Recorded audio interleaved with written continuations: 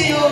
Neste tempo podemos ver que existem muitas pessoas movidas, aleluia, por cartazes, por anúncios, por pregadores de fora. Mas eu quero te dizer nesta noite que o Espírito Santo de Deus, ele age quando ele quer, na vida de quem ele quer, usando a vida de quem ele quer, no momento que ele quer. Ele não depende de pregadores de fora. Louvado seja o nome do Senhor. Aleluia, o Espírito Santo não necessita e não depende daquele que tem uma voz bonita, não. O Espírito Santo age no de repente. Louvado seja o nome do Senhor. Aquele que é movido, aleluia, por cartazes, por anúncio, aleluia, por pessoas de fora, pode perder o de repente de Deus, pode perder o de repente do avivamento. Louvado seja o nome do Senhor.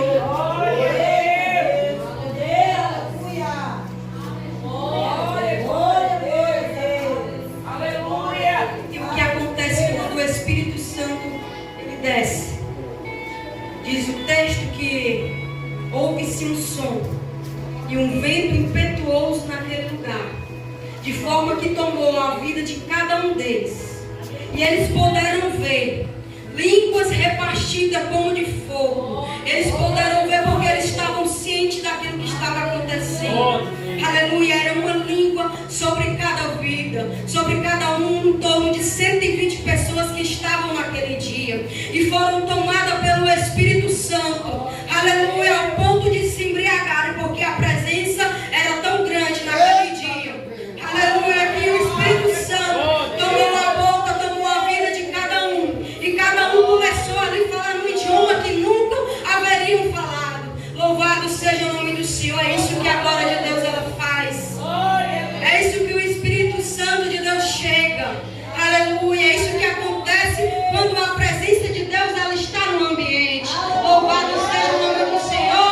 E nós sabemos que culto não é cemitério para ter silêncio. Nós entendemos que púlpito não é velório, não é motivo para tristeza. Nós sabemos que a casa do Senhor, aleluia, é lugar de adoração devida ao Rei dos Reis. Nós sabemos que a casa do Senhor não é lugar de ficarmos calados. Aleluia, ficar calado fica-se no cemitério, porque lá é lugar de silêncio. Mas na casa do Senhor é lugar de barulho. Aleluia, louvado seja o nome do Senhor.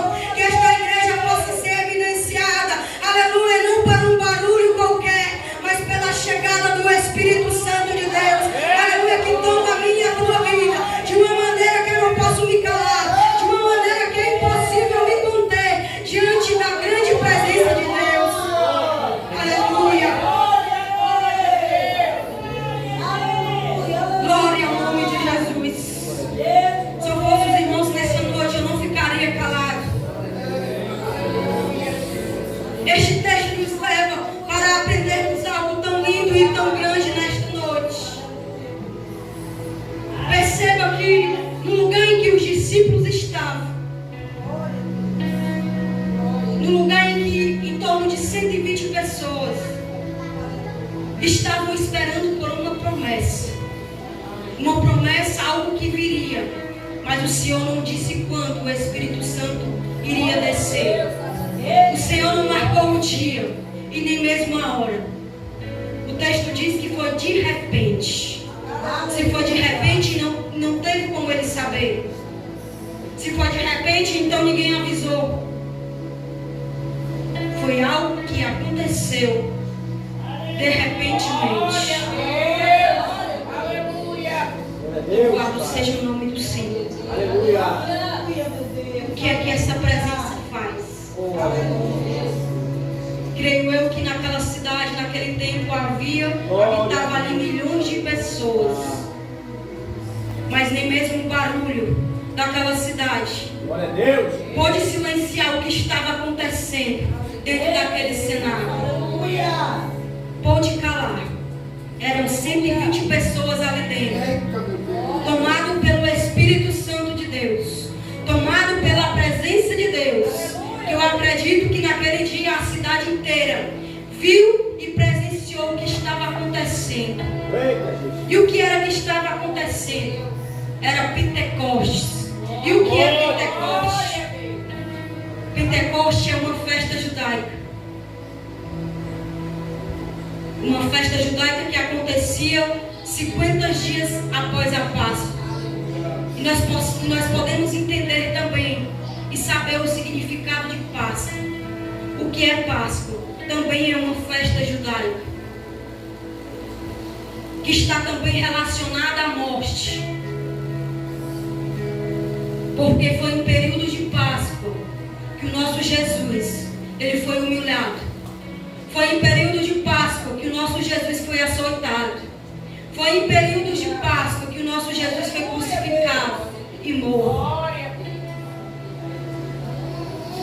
E o que Páscoa representa? Representa dor e sofrimento.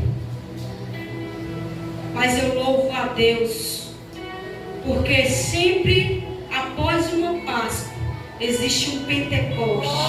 E o que é um Pentecoste? É avivamento, é derramamento, é enchimento do Espírito Santo, é renovo para mim e para a tua vida. Talvez eu esteja pregando para alguém aqui que esteja vivendo períodos como este que eu citei aqui. Período de Páscoa, período de crise, período de dor, período de sofrimento, períodos de rejeição, período de traição, períodos de abandono. Mas aguenta mais um pouquinho, que após a Páscoa também tem o Pentecoste. Louvado seja o nome do Senhor. Louvado seja o nome do Senhor. E lendo este texto, eu fui querer entender os lugares onde esses discípulos se encontraram para orar. Justamente foi no cenáculo, que eles se reuniram lá para este encontro, para este grande evento. E eu pude entender que neste cenáculo foi também um lugar em que Jesus ceou pela primeira vez e também comemorou a última Páscoa. Foi neste mesmo lugar onde Jesus estava com os seus discípulos. Os seus discípulos tinham lembranças amargas deste lugar. Os seus discípulos não tinham memórias tão boas deste lugar, porque havia ali acontecimentos que marcaram a vida destes discípulos. E eu vou explicar por quê. Porque foi neste mesmo lugar, neste mesmo cenáculo onde eles se encontravam, onde eles estavam ali esperando pela descida do Espírito Santo, que eles viveram dias amargos ali naquele lugar. Foi ali onde Judas foi apontado como traidor. Foi ali naquele lugar onde o demônio encheu o coração de Judas. Foi ali naquele lugar que Pedro ele foi apontado como alguém que iria negar Jesus por 3 vezes. Mas o que me chama a atenção é que neste mesmo lugar, onde eles viveram tantas tristezas, onde eles viveram tantos momentos difíceis, onde eles puderam presenciar coisas ali tão amargas, foi neste mesmo ambiente que eles puderam receber, que eles puderam sentir, que eles puderam também viver ali uma experiência linda, uma experiência grande, um enchimento tão grande.